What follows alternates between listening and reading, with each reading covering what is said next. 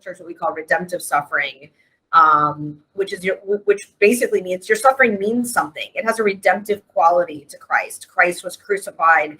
His wounds are visible. I talk a lot about emotional wounds, because the wound and I talk a lot about it in my writing, to say that the wound we forget about the most is the wound of betrayal. And I think more people can relate to the wound of betrayal, which was the very first wound that Christ received, even versus maybe some of the physical wounds that he received, because it's just such a relatable wound, whether it's the betrayal of abuse or the betrayal of divorce, or of, your best friend betraying you. In this episode, I'm happy to welcome Melissa Presser.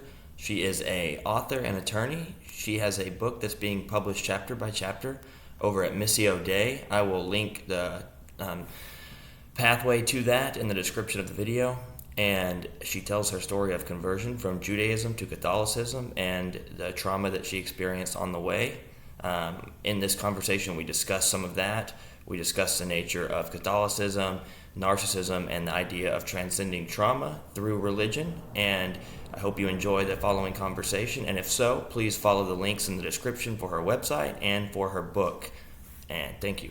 Experiences lately, so it was kind of synchronous to happen across it at the time that I did. And so it really intrigued me, and a lot of courage involved with the candid nature which you share a lot of these things. And it's interesting to me too, because I've been trying to find my way back to a church. Catholic potentially is what I've kind of happened into, but I've also had a difficult time figuring out, if that's the right path for me. And there's obviously a lot of pop culture things of Catholicism that I've been wading through, because there's so much disparity of the way people view the Catholic Church and all that. So it's been really nice to see someone also come to Catholicism from a different background, and despite all of the stuff that's associated with it nowadays inside of the church, despite all that, it still seems to be a beacon of light to me in a world that's kind of darkened. And so I've kind of slowly made my way back to Christianity, and Catholicism seems to be the landing spot for me in a lot of different ways. And something unique about it too was your sharing experience of basically the saints and the fathers of the church that brought you back to Catholicism. So I followed a similar path, reading the fathers of the church and seeing how deep and mystical their writings was such a unique thing to me, because the Protestant Christianity didn't seem to have as much of that deep mystical writing. Like St. John of the Cross was the saint that I happened to read, and reading his writing and poetry was something that was really unprecedented to me in religious writing. And I was like, well, this tradition has to have something. This does a deep intellectual background and a deep intellectual tradition that doesn't exist in Protestant churches. And I noticed you kind of mentioned a saint that was important to you and your bringing back to Catholicism, and wanted to ask you about that and how you see the saints and the fathers of the church and how that impacted your coming back to Catholicism. Well, I'm Jewish, so I was never a Catholic. I didn't know anybody that was Catholic. I mean, I knew people that were Catholic, I guess, but they weren't practicing. That's not what they were talking about with me. So I really get people who are on a spiritual journey, and I'm a really big advocate or proponent of just going on that journey. Because if you don't go on that journey, you don't experience those things for yourself to be able to understand different concepts or, what may be calling to you. And so I never in a million years as a Jewish person, never envisioned becoming a Catholic. That was not in the cards for me. I mean, to me, something like Kabbalah or Buddhism, more Eastern religions were calling to me a lot more than Christianity was not even a thought in my head. A lot of times I'll tell people I don't know if I was naive because I was Jewish, but in terms of like what my worldview was on religion, but I had this notion that all Gentiles were Catholics. So Christians, not Catholics, Christians in general. I don't know why I thought that, but I was like, oh, well, I'm Jewish, and if you're not Jew, you're a Gentile, and if you're a Gentile, that means you're a Christian, because I thought it was more of a they celebrate Christmas, and I'm Jewish, and we're sort of different. And So, I don't know, I don't know why I had that worldview. Maybe it was because of where I was raised in South Florida, in a very largely populated Jewish community. So maybe it was what I was surrounded by. And it could be that, but I never initially Christianity was not even, I didn't even think it was an option. So it wasn't like I, went to go look out, oh, where's Jesus? That wasn't even a thought in my head, Yeah, no, I understand. Yeah. And I kind of reading in your book about Judaism and about the kind of, I think there was something you mentioned, kind of the idea of the pay to pray aspect of Judaism, where you were more kind of given a front seat and giving a better spot in the temple, because of your ability to pay. And not disparaging Judaism by any means, but that was an interesting quote that struck me, because someone who has never been Jewish doesn't know that, or a lot of people probably don't know how the synagogues work and operate. There's a lot of respect for their traditions, like you mentioned, Kabbalah and all that. I came to those texts kind of throughout my spiritual journey as well, and gained a lot of respect for Judaism. But it was an interesting aspect to read of your personal account of, as a child, you went to the temple by yourself a lot, not with your parents, and you took yourself. And a lot of times children, it's odd, it's unique to hear somebody, as a child taking themselves and asking their parents to take them to the temple. And so either way, you were able to find a connection to God through the synagogues. But that aspect of it was a little intriguing to me, that there was more, priority given to those who could become higher level members of the church. And that's a little bit in opposition to what most Christian churches that I've been to. It doesn't seem to give priority to membership kind of thing.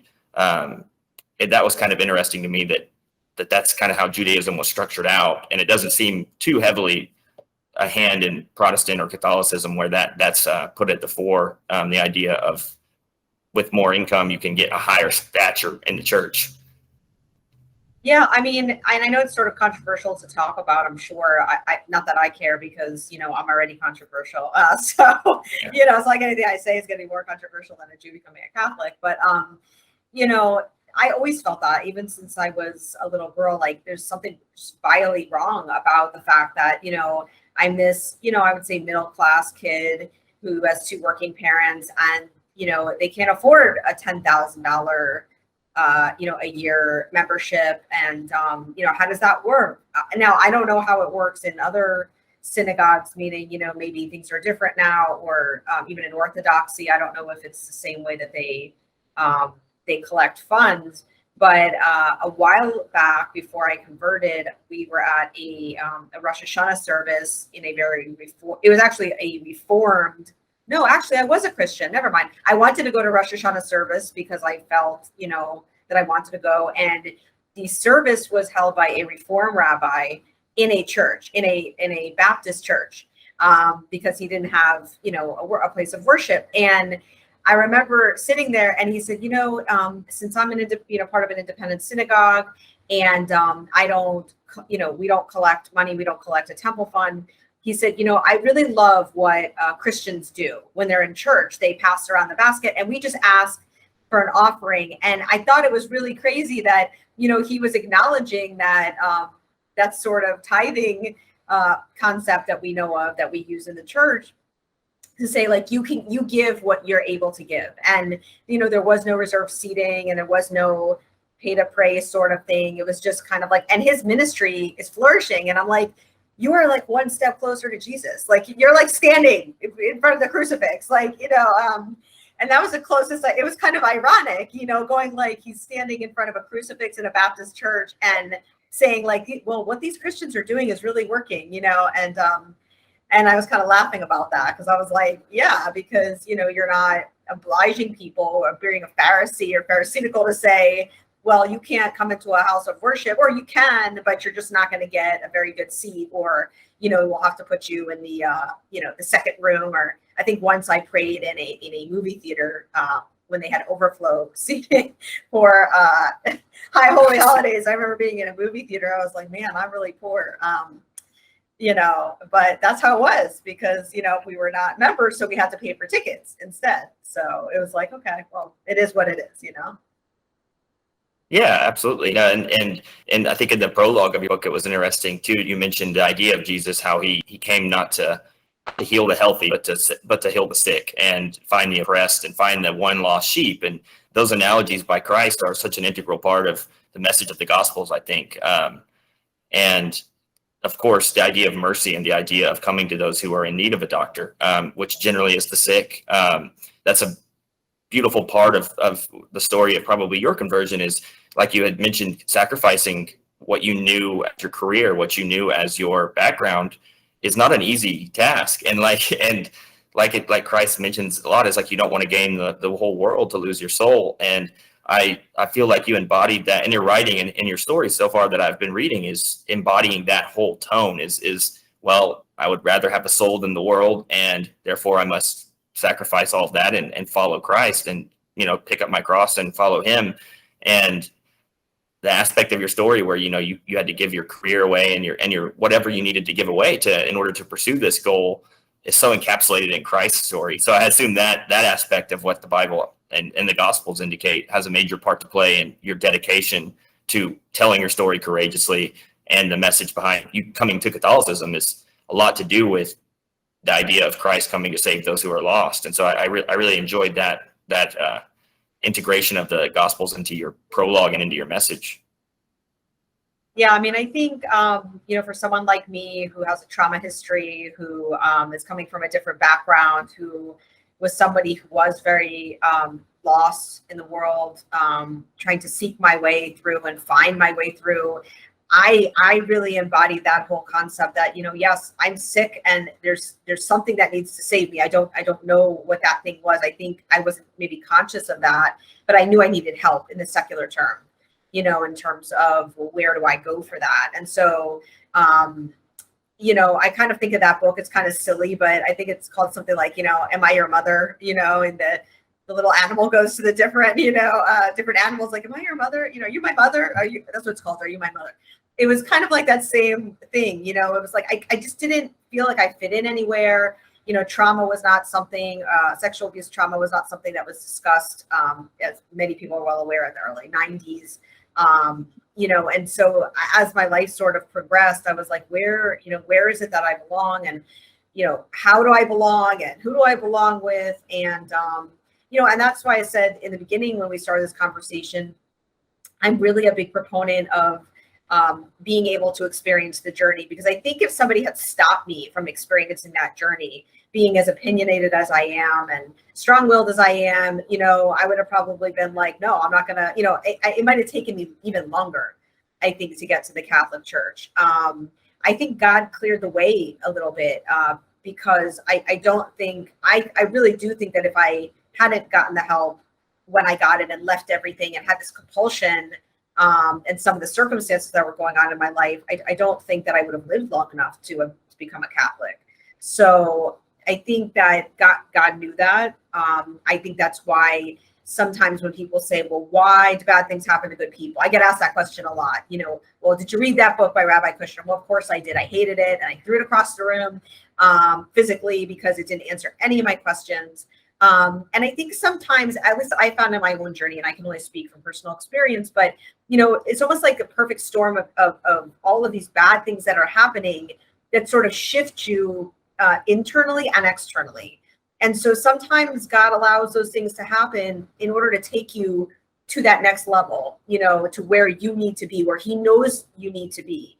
And so I look at that and I say, I live, to me, I'm a breathing example of, Christ coming in and healing the sick, and Christ doing miraculous things, and they're not attributable to anything or anybody else. I don't take medication and all the other, things that you would expect in terms of like, oh, you can attribute it to maybe that. Not to say that medication is not something that people should take, not at all, because it's a critical part for people who need, medication. So, but in my particular story, God sort of brought me through those different levels to say, you're in that darkness and you're reaching. It's almost like your soul is reaching, like, well, what is the point of going through all of this? And so that's why my ministry is really centered around the concept of in the Catholic Church, what we call redemptive suffering, which basically means your suffering means something. It has a redemptive quality to Christ. Christ was crucified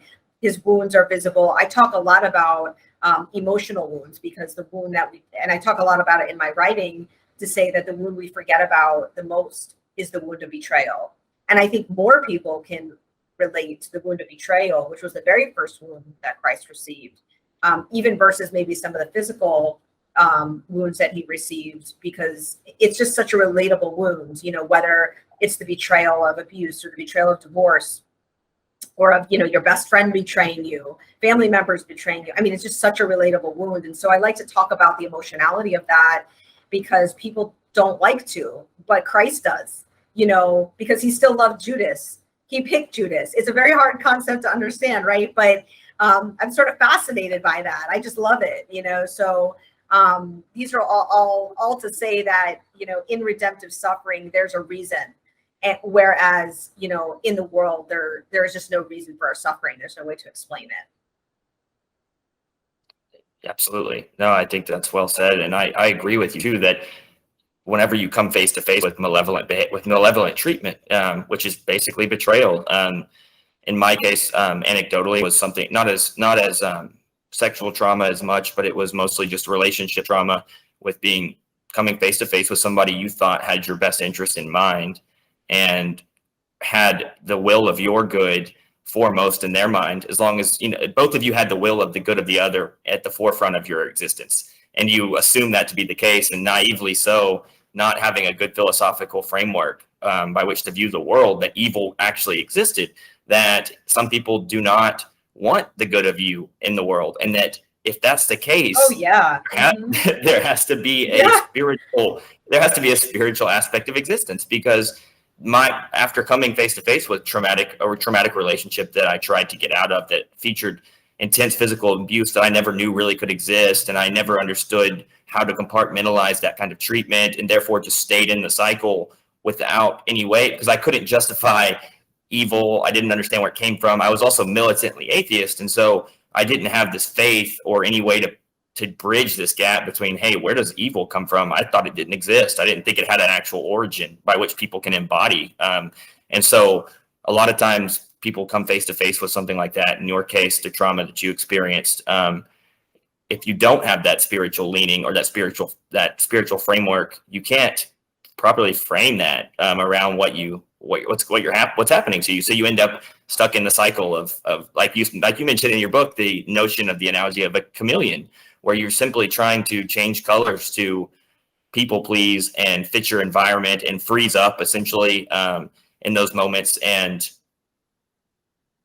coming back to a faithful perspective on the world allows you to break through that freezing. I think, kind of, as you mentioned, it's hard to stop being that way. You want to try to fit your environment because you think, oh, well, I'm the cause of all this environmental toxicity. I must be doing something wrong. So why don't I just blend in with everybody and anything? And so, like you said, Christ embodies the notion of he was suffered the most. He was betrayed by his best friend. He was nailed to a cross.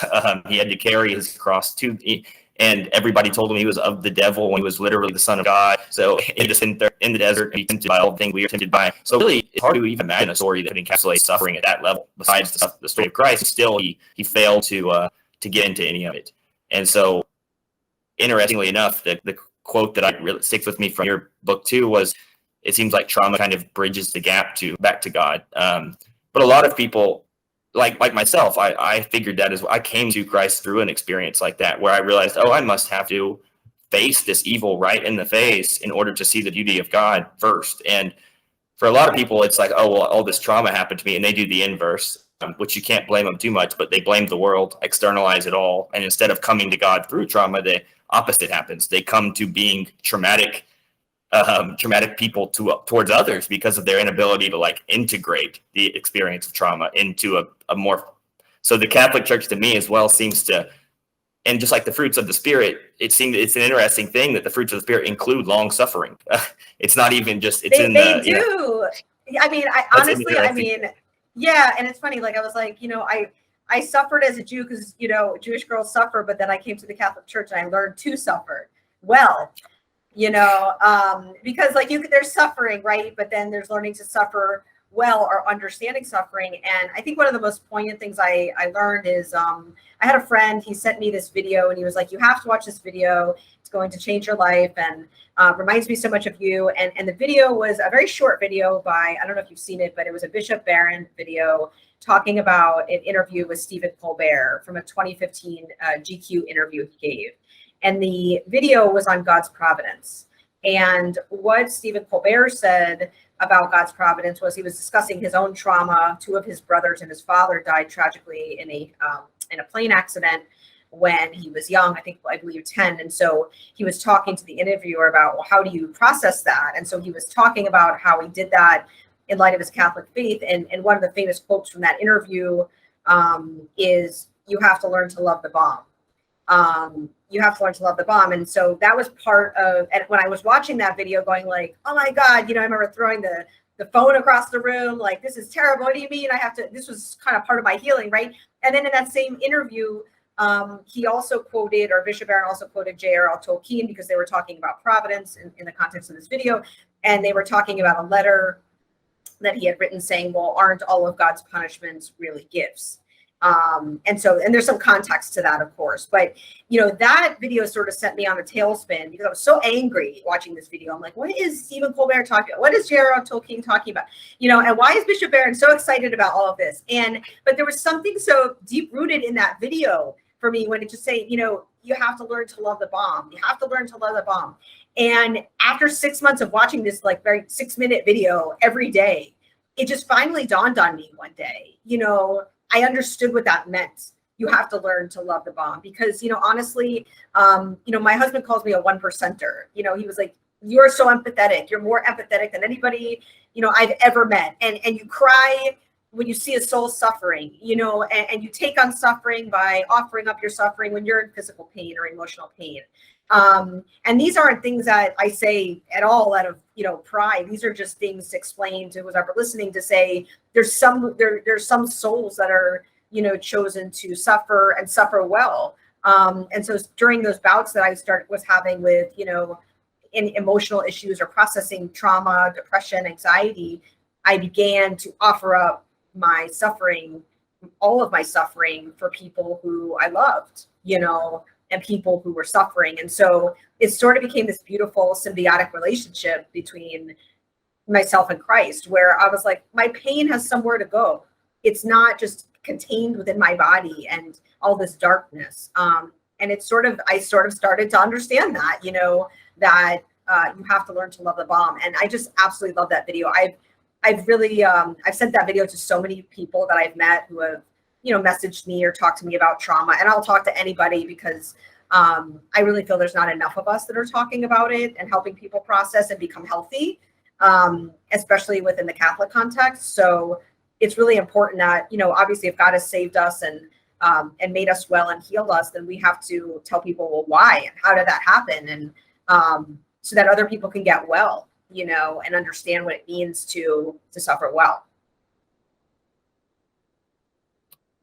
Absolutely. That's beautifully said. I agree with you. And I think the notion that St. Paul writes about is something about his old self or his former self could be conceptualized psychology as maybe the ego being nailed to the cross along with Christ.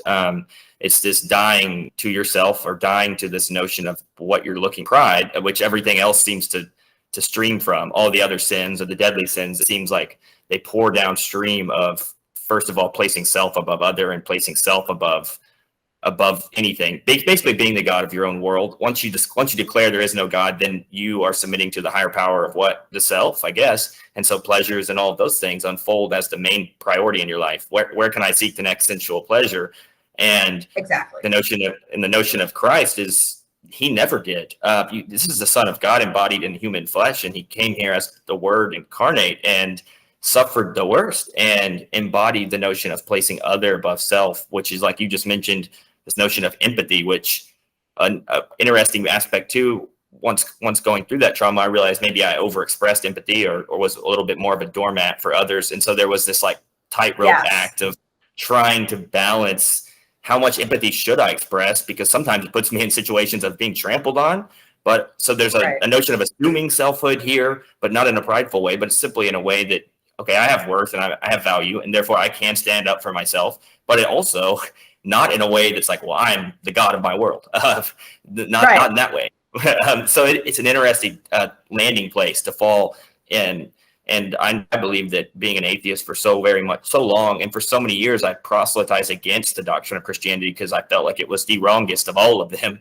And the only way, and the only way I could have ever come back to it was having to reconcile suffering with the purpose of existence, because it seemed to me like, well, if I can't explain the purpose of this trauma, well, then there's no reason to move forward. There's no reason to continue on because this is unfair. Well, you've got to justify at some point. I mean, my life, I'm here. I need to continue living.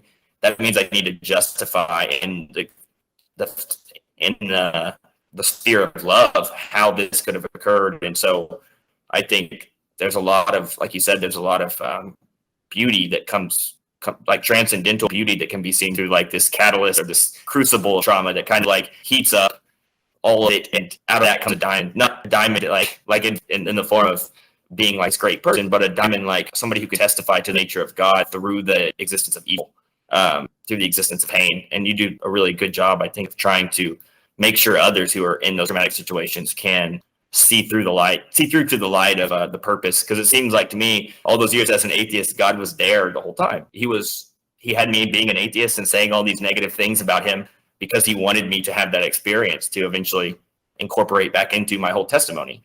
And so you could see, instead of looking back and saying, why did I have to go through this emotional turmoil? Well, because you never would have been as good of a disciple as you are now, potentially, or as you could be without testifying to those who are suffering. Yeah, and I think you made so many good points. Actually, I really haven't had anybody bring those up before about, someone who's an empath.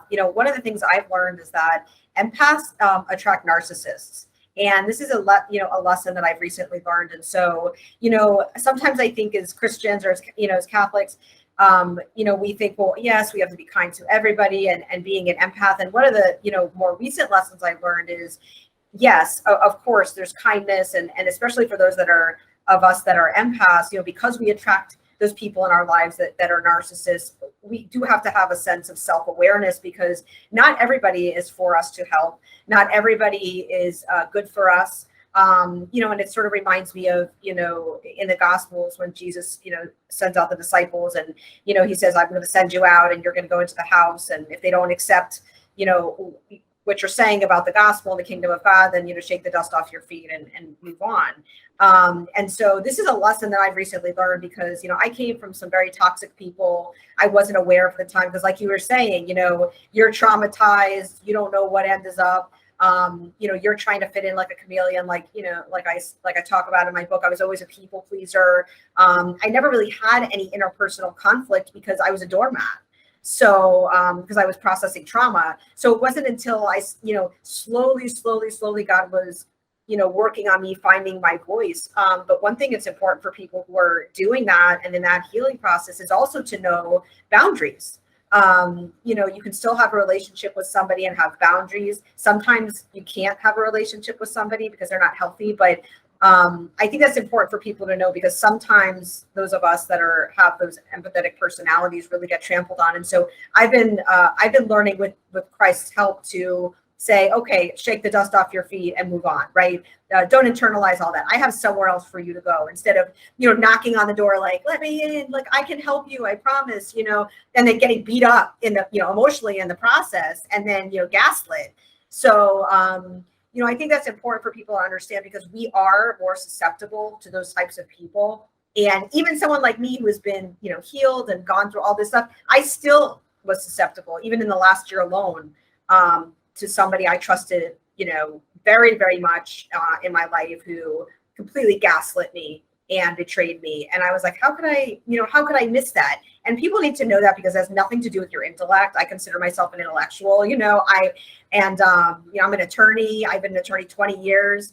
And I still, in the last year, got gaslit and betrayed. So there's no shame in that. And that's why Jesus is there to run back to him and say, okay, Lord, well, it happened to you too, right? It happened to you too. So I don't feel bad. I don't feel shame in that. And it's a lesson. And so I think that's really important. We don't talk about that enough either as Christians.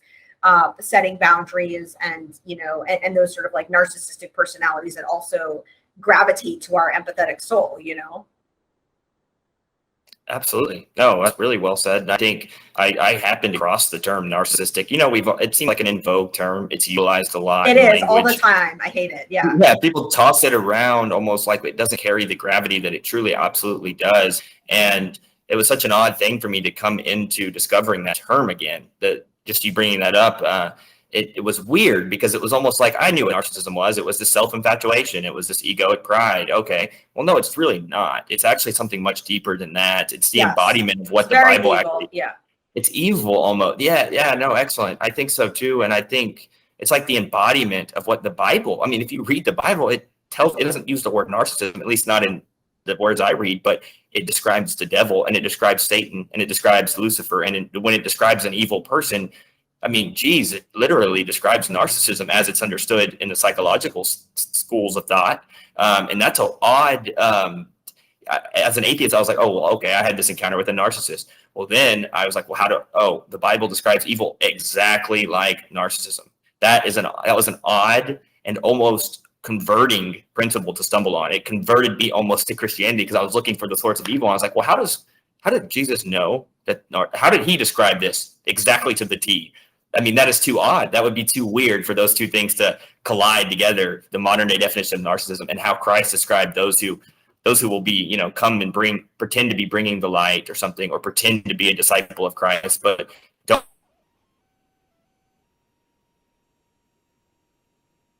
speak of Christ. They take Christ out of Christianity, but they still promote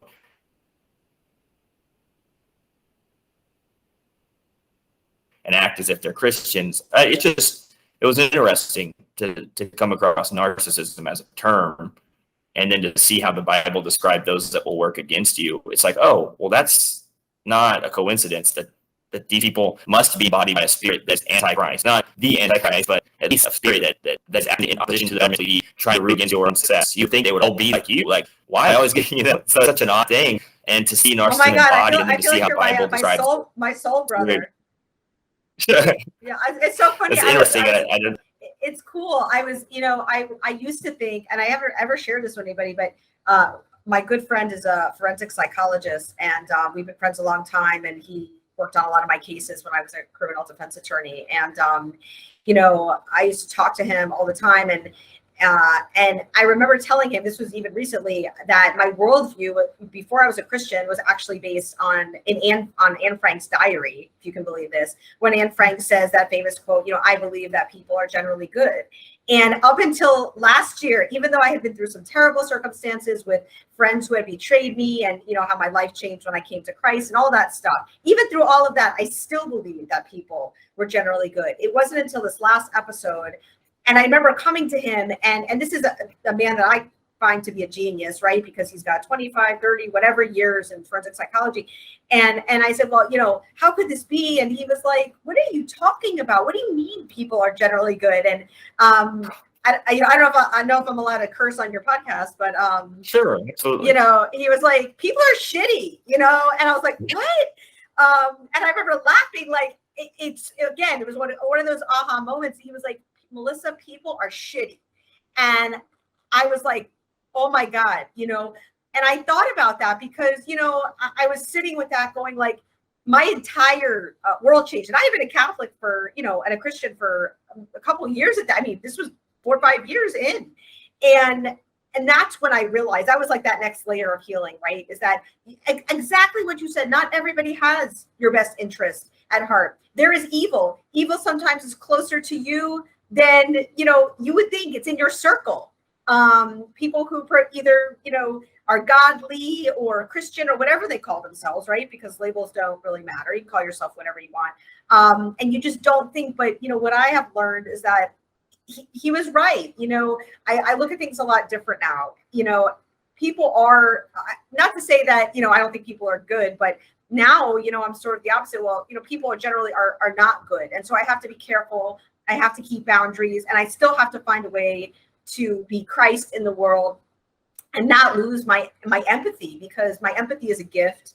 I suffered for it, right? And I have it. And when I'm able to use it with people who are suffering, I feel as if I'm connected to Christ in a way that, I can't connect any other way, whether it's through by writing and someone reaches out, or, through Twitter and someone messages me or calls me or whatever, So it can't really cloud my Catholic view, right? But it does open up my eyes again to say there is evil in the world. And evil can be way closer than we think. And so we still have to be prayed up and believe in spiritual warfare and know how to pray against it. And also know when it's time to set boundaries and leave. And there's absolutely nothing wrong with that. As long as we're praying through that and know, what God's will is in all things. But God's will is never, ever for us to suffer, ever. It's never been like that from the beginning, and it isn't now. So that was a lesson I had to learn, because I thought, I'm a suffering soul, I have to suffer. And God was like, no, that's not the way that it works. You should have left a long time ago, right? Like, you should have got out there a long time ago. But I was so blind to think that I could help this person. And it was unfortunate, because I suffered horribly for a year, to the point of having, suicidal ideation and some other really terrible, depression coming back.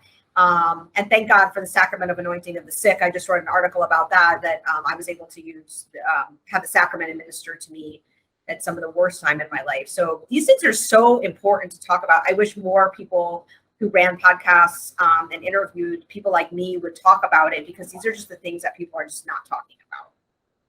Oh, no, you're absolutely right.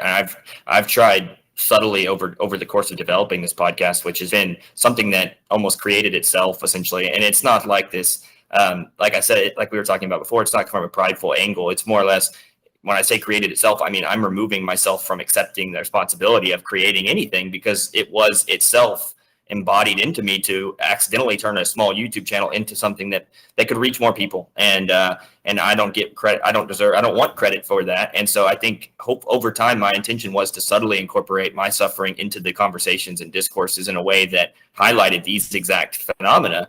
And that's why it's so neat that dialogues, a lot of times, instead of viewing these things as interviews, more like discourses or evolving dialogue, the dialogos, where you're manifesting meaning in two different ways, and ultimately that manifestation of meaning between two people conversing becomes less of an interview and more of a surfacing of meaning that comes from below what the purpose of it is. Like Christ was the logos of our existence, the meaning behind our existence. Having a dialogos is two people with the intent to do good. And that conversation naturally comes to these topics that weren't even anticipated to talk about. And I think it's interesting, like you're saying, oftentimes the people who are narcissistic or don't wish for the best and are doing evil, they are essentially using the religion against you. Sometimes they'll be saying, Yes. Well, you should show mercy, forgiveness. Where's your heart at? Why don't you love me? Why are you leaving? And it's like, hold on a second.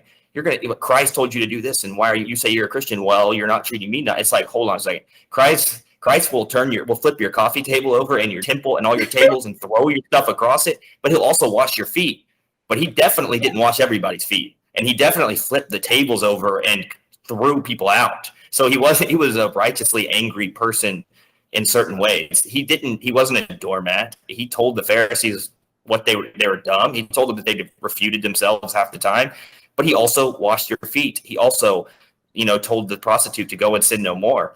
Christ embodies this walking between, he says, he literally tells, get behind me, Satan, to his own people.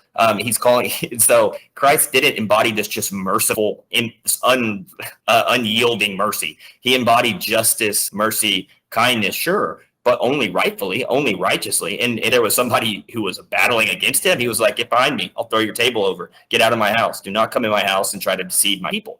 He wasn't nice about it. He didn't need to be, because you were being mean. So it was almost like people would use like, oh, well, you call yourself a Christian. Well, why don't you love everybody? And it's like, that's, first of all, I do. The Catholic Church recognizes the sanctity of every soul. First of all, I believe that's what they come first with, that doctrine, that every human life is inherently valuable beyond anything else. Okay, well, I believe that too, but that doesn't mean that I have this undying love for every soul that's working against me, because then that just opens so you almost have to, Christ kind of at least showed me like, oh, you could still be a follower of me and tell some people to get out. Still, you pray for your enemy. He still asks you to pray for him. Sure. You pray for them to receive the grace of Christ, to turn away from those deeds. but you don't just sit there and allow it to happen to you out of necessity. Yeah. And I think that that's, again, some of the misnomer about, well, I have to suffer and God wants me to suffer. No, that's not the notion behind someone who maybe has a charism like, of the cross, or, is a suffering servant of Christ. Like, that's not at all what God means. And I remember I used to talk about, it's, I guess sort of an analogy where, I worked in the criminal justice system for 20 years before I left my career, when God prompted me, and that's a whole nother show. But, I remember saying to people, that I was dealing with, I'm like, mercy looks very different on everybody.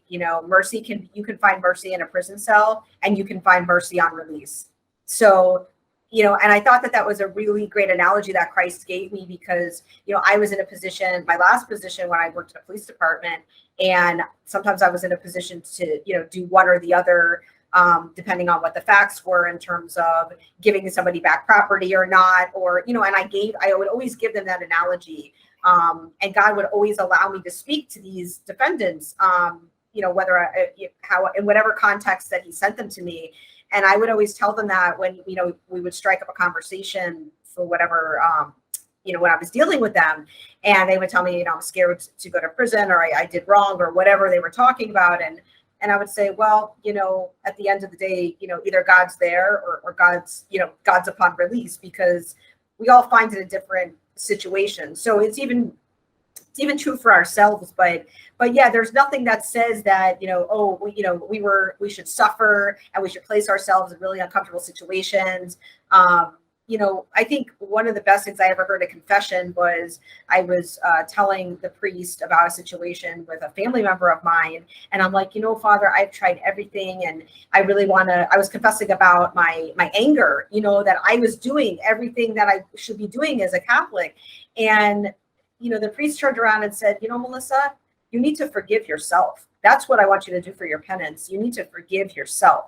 And I remember just bursting into tears, and saying the Our Father and Hail Mary when I was doing my penance. And even now it makes me emotional to think, those of us that are empaths, we take it out on ourselves, that we've tried to do all of these things. And that really empowered me to forgive myself for thinking that I caused, the harm, which I didn't. That I had done what I needed to do, which was, as my godmother would say, clean up my side of the street, which I did, which as a Catholic would mean, offering mercy and kindness and extending a hand of Christ. And, once slapped in the face and all of those things, okay, you could take that too. But at the end of the day, I was like, okay, it's time to walk away, because I've done everything that Christ has told me to do. And I think that's empowering for people to hear that, because people just stay around and they want to know, well, why God, why haven't you done anything? And God's like, I'm trying to do something, but you won't leave, you want to stay. And so I think it's different for everybody, but what that priest told me really freed me that day. So, sometimes we have to forgive ourselves when we've done everything that Christ has told us to do. So I think it's well said. I think the lack of self-forgiveness is it's something hard for especially an empath to reconcile, because you're placing self first. You're saying, well, you've done a good job. You've done the best you can. Pick your stuff up. And like you said, dust your feet off. It's a hard thing for an empath to reconcile, because your nature is predisposed to continually letting yourself be the doormat, because you feel as if, okay, if only one more time I could get this person on the right track. And as you're doing that, you're actually taking yourself down so many steps. And so it's coming to Christ to see that his merciful love and righteous anger and all of that was an empathic personality, but was well integrated. He well integrated anger, well integrated what we generally put this negative stigma on. He integrated anger. He integrated all so righteously that it can show you that, hey, you can still be a nice person and stand up for yourself. It's not an egoic act to say no more of this. absolutely. And that is such an important aspect of Christ's life. He wasn't just this infinitely kind to everybody. He understood evil existed. He spent days on the mountain of temptation. He understands what he said, Satan essentially said, you can have the whole world. He said, I don't want to gain the whole world and lose my soul. Saying no is what Christ embodied when he had faced evil. He's get behind me. He said that directly and didn't hang around and say, well, let me teach you, Satan, how to be like me. No, he knew that there was no transfiguring the nature of evil into good just like that. He understood that. I think that he was a well-integrated empath. Is what he. I mean, obviously. Yes, and so, he definitely was. And so I think that's a neat aspect of what, like you said, encountering narcissists is a common thing for empaths, and it will continue to be if one doesn't somehow recognize that evil exists, and that unless you stand up against it, you'll continually face it in a cycle that's almost unbreakable, which is sad, but it's people like yourself writing about these situations so candidly that ultimately, as courageous as that is hopefully a conduit for people in similar situations to find that pathway back to the purpose of suffering, and then to righteously exit it, instead of being in that cyclical thing that's so common. And so I think it's an important point to highlight narcissism, especially in the way people treat others, and to break through those kind of ties that bind people continually to the same situation. Yeah. And listen, there's plenty of people that need mercy. I mean, there's plenty. Listen, the world is full of people, and to waste that precious time, there's so many instances. I mean, I can think of so many in the Bible where Jesus moved on, or the disciples moved on, right? Because you can't force the gospel down someone's throat, and you've done everything you wanted to do. So I feel like, all that time you're spending going in that cyclical motion, right? You're missing out on the people that, God has for you. And listen, that's between them and God anyway, right? As Mother Teresa would say, that's between them and God anyway. I think if you come away, as I've learned, and it's taken a lot of time, with a heart to say, I give them to God, I pray for them, I pray a rosary for them, whether it's a boundary line you put up or whether you have to walk away, it doesn't mean that they're not going to re-enter your life or get better, or they're not beyond God's love and salvation and mercy, because Christ, as long as you're praying, it's going to help, obviously, Christ working in them. And so your aim should always be the salvation of their soul, right? The conversion of their hearts, whether they're atheist, agnostic, or, whatever they may be, so that they can also know the love and the mercy and the kindness and conversion of Jesus Christ. Because really it's only through that supernatural conversion that people are able to heal. So, it's not something that's sort of in a vacuum where like we don't suffer too, right? Like we needed to go through conversion. We need to go through healing. We're not perfect. But I just think that souls that are empathetic are just, as we've been discussing, are just more susceptible to that type of narcissistic abuse and gaslighting. And it just needs to be talked about. And that's why, when I write about it, and I think we talked about in the beginning, it is kind of scary. It is kind of scary to put myself out there being a professional person who, has this professional life and as an attorney, and then I always say like my undercover Catholic life, my so-called life. There was a show in the 90s, right? It's going to be a so-called Catholic life. But, to have it out there to talk about all these really crazy things like, trauma and sexual abuse trauma and narcissism and gaslighting and, victimization and even my last piece talking about the use of the sacrament of anointing of the sick for the mentally ill, for those of us that have gone through suicidal attempts or suicidal ideation. I mean, and Satan was very good during that time when I was writing that piece of like, oh my God, people are going to think you're crazy. And now it's going to be all over the internet, and all these people that you dealt with in your past are going to say, look how crazy the Jewish girl, is that became Catholic. And I really was close to not writing that piece. And if it wasn't actually for a priest that reached out to me over Twitter and said, I don't know, I came across one of your tweets, and whatever this piece is, you have to write it. And let me tell you why. Those supernatural things, like how do you explain that there's a billion people on Twitter? How did he see my tweet about, telling people I was going to be writing this piece? I hadn't even written it yet. So that's why it's important. God was very clear with me in my ministry. Listen, I would have loved to talk about the criminal justice system. I would love to talk about social justice. These are things I'm very passionate about. Policing, all of these things. But God doesn't want me talking about those things. God was very specific with me. He's like, I want you to be vulnerable. I want you to be transparent. I want you to be honest, even if it's hard, especially when it's hard, because these are like the secret things that people talk about that don't talk about that end up leading to suicide, or commitment in a mental health facility, or divorce, or addiction, or alcoholism. But to hear me talk about it, sometimes in detail, sometimes just telling you it's okay to walk away, it gives you permission it gives you that permission to do that from another living human being who has been through very difficult circumstances and has walked away with God's permission to say, I have a better place for you. I have people for you. There are people that need you. And you're healthy now. So, come and move along, move forward. And it's important for people to hear that message.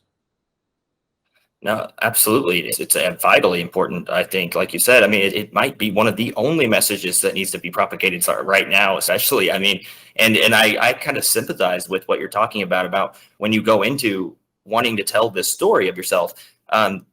It's hard because sometimes you think, well, it almost seems like a satanic temptation that's voice in your head that's like, well, don't talk about yourself.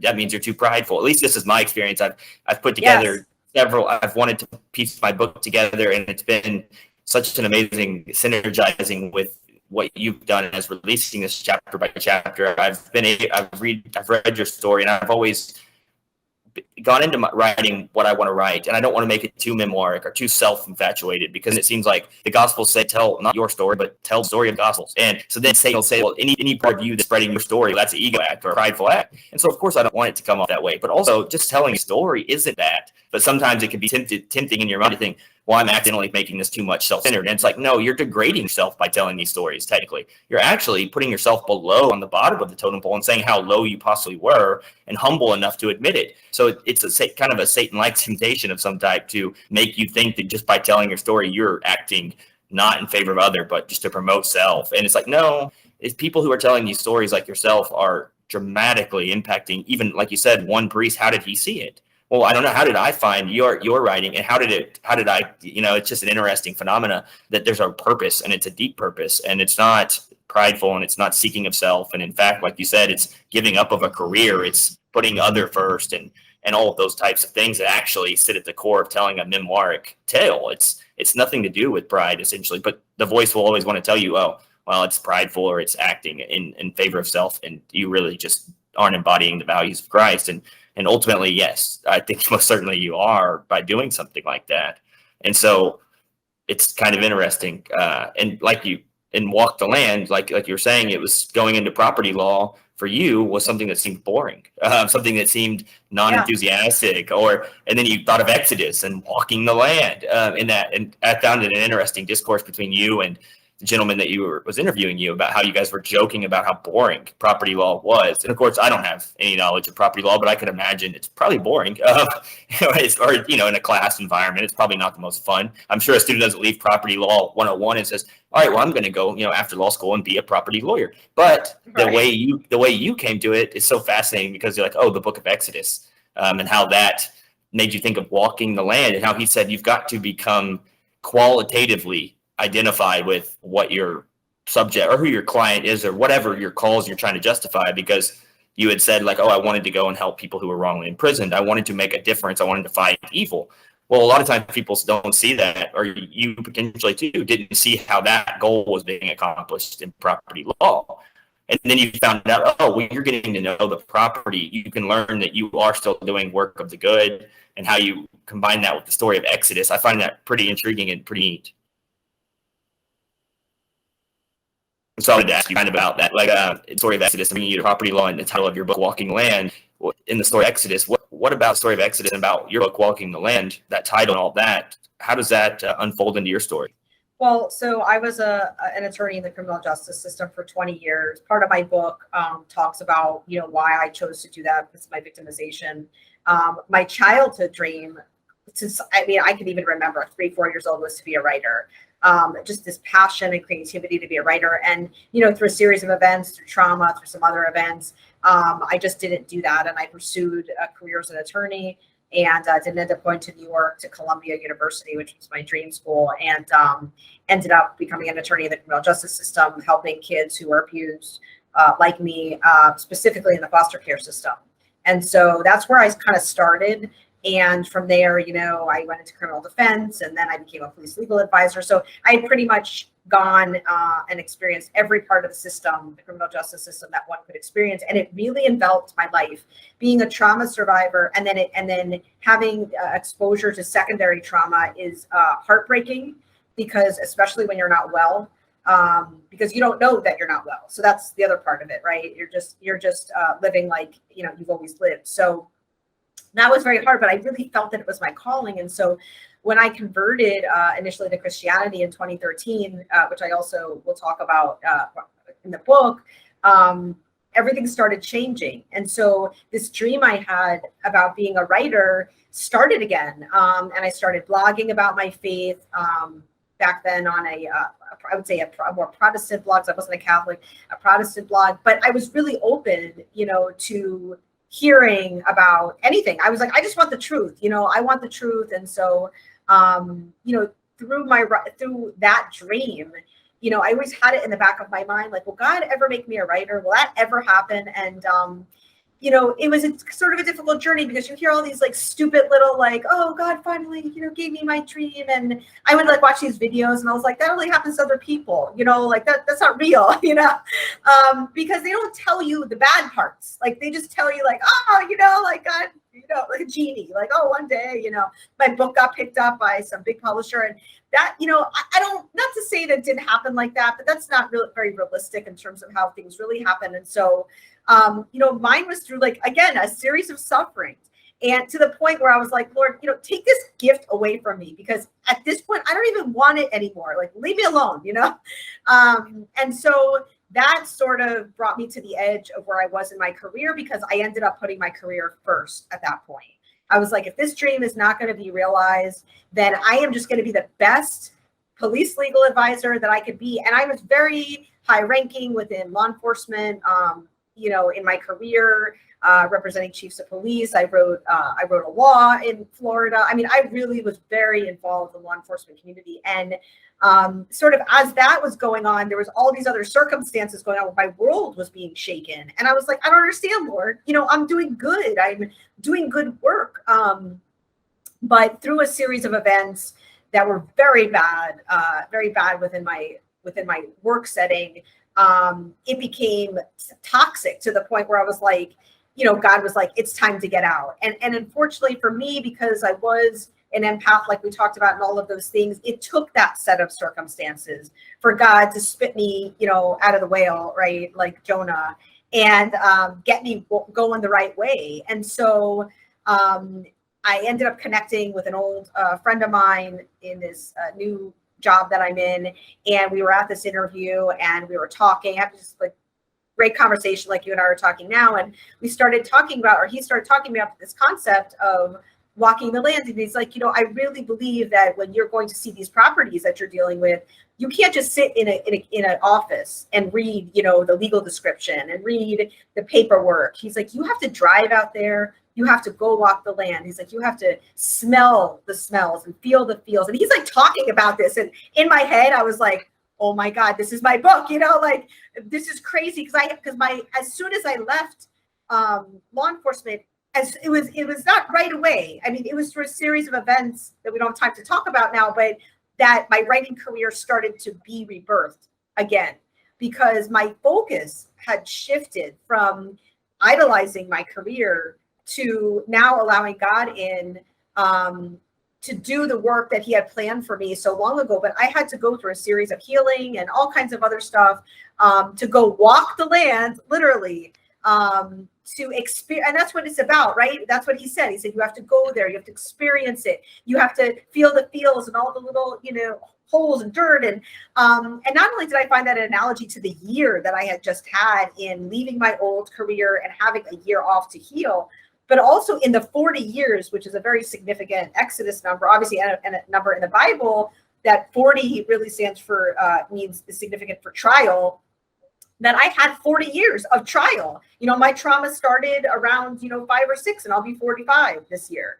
So it was significant in so many ways. And as I started to write, and it was like overnight, you know, my Twitter account, my writing, you know, people wanted me on their shows, you know, all of these things. And I'm like, what the heck just happened? You know, this is crazy. So yeah, it happened slow and then overnight, but it was 40 years slow, right? So this concept of walk the land, I think a lot of people can relate to, because it is the ups and downs of life. It is not leaning outwards towards the suffering, but leaning into the suffering. and knowing how to use that, and showing people how that suffering, how God used that suffering in my life to reconcile that with the dream that he placed in my heart, which was to write and tell people my story. The problem was, before I was a Christian, all my writing was super dark. I had no hope. So it was beautiful, but it was dark and I had no hope. Now, if you read my writing, everything that I write has some spark of light in it, has some hope in it, where it kind of takes you through that land to tell you, well, here, this is why I'm here now. So I think people can relate to that, Exodus concept. Oh yeah, no, absolutely. That's well said. And I think, like you mentioned, it's the success started coming to you whenever you started allowing that thread of hope to flow behind all the words that the language you use, and the intent and the message was hopeful in nature. I mean, generally success does seem to find whenever your efforts are angled towards helping those out of situations that they feel are just despairing beyond all belief. Whenever your writing starts to transmutate that into some type of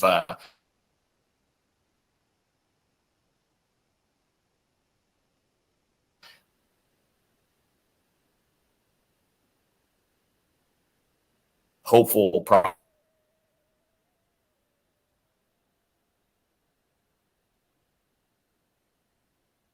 prosperous future that can come out of it.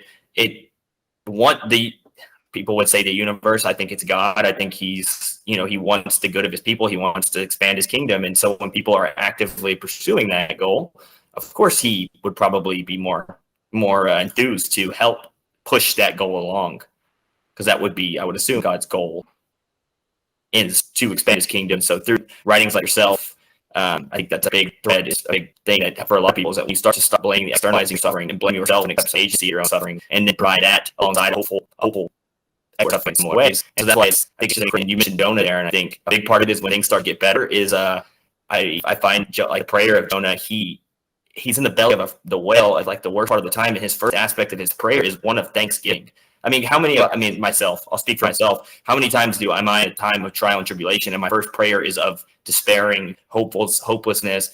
And then you see somebody like Jonah and his ability to pray, first of all, for all the times God had already helped him, had already saved him from almost death, from trauma. Like myself, I see several times, and I was in the traumatic situations, that it could have easily advanced me like to a point of death. I mean, that may be exaggeratory or hyperbolic, but I think it's not too far out of the way that God actually had a hand in keeping me from dying, keeping me from not perishing. And now when things get a little better, I try to initiate prayer with thanksgiving for all of that, even in times of the highs, that prayer is just as equally important at those times, to not get too high on the highs and too low on the lows, but to always, in the lowest of times, present thanksgiving as your primary focal point first, and then proceed into and even in the darkest of times, still be thankful and continue to realize that there's ups and downs, but being a follower of Christ and reading those minor prophets of the Old Testament, you see a lot of times that they were able to find thanksgiving even in times of trial. And so I think that kind of nature and that archetype is well embodied in your story. And so I think it's very nice, very good, the work that you're doing. It's been really nice speaking with you. And so I just wanted to say, I didn't want to keep you too long, but I just wanted to say that first, is that you're you're providing a means by which people can crucibilize that suffering and forge it into something good. And I see every person that's doing that as somebody who's really trying to do good in the world. And like we mentioned, there's not all good in the world. There's a lot of evil. So anybody and everybody that's doing good is somebody that's of the kingdom of God, I believe. And so thank you very much for your work, and thanks for speaking. And I hope as I continue to read your book, we can speak again and go further into some of these topics.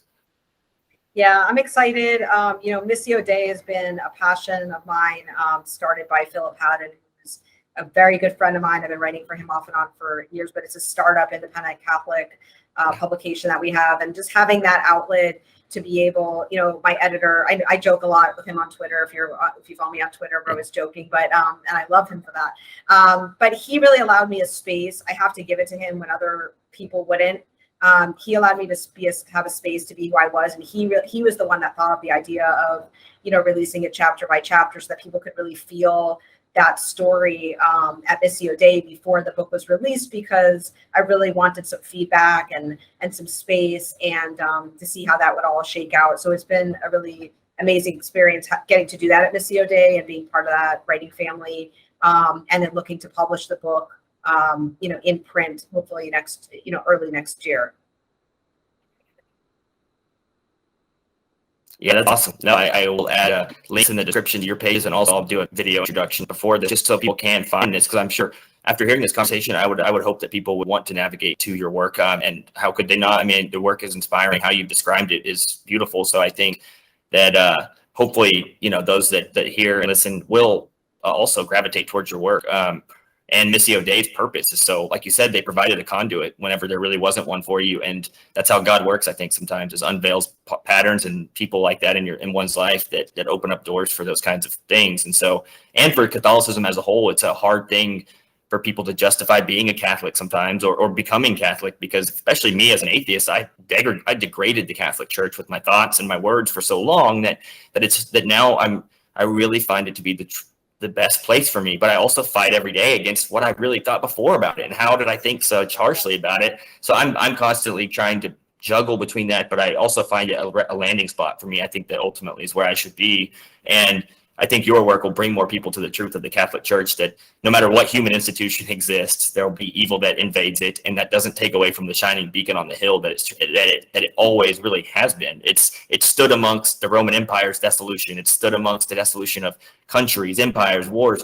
What's still there is the Church, and the beauty that it has. I mean, the transcendental aspect of beauty that people kind of want to make subjective nowadays and say beauty's in the eye of the beholder. Well, truly, beauty is embodied in the Catholic Church, I think. And I think that your work it's kind of a conduit for others to justify, Catholicism may have these things, but let's look at the holistic point of it. What is transcendentally, what is it representing as an indestructible agent in the world of good? I mean, it doesn't fall, it doesn't crumple like an empire. It spreads and spans the earth. And how come Rome goes, Greece goes, the US will fall one day? All of these things, the Church is still there.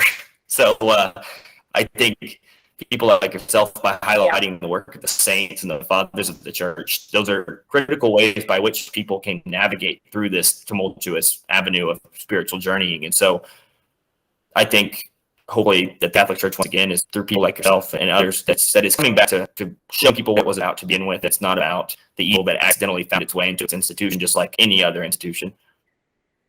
So 100%. Thank you very much for joining me. I appreciate it. Thanks for having me. It's been awesome. Thank you. Yeah, it's been excellent talking to you. I hope to talk to you in the future, and I look forward to the rest of your work. Thank you, Melissa. Thank you. Bye.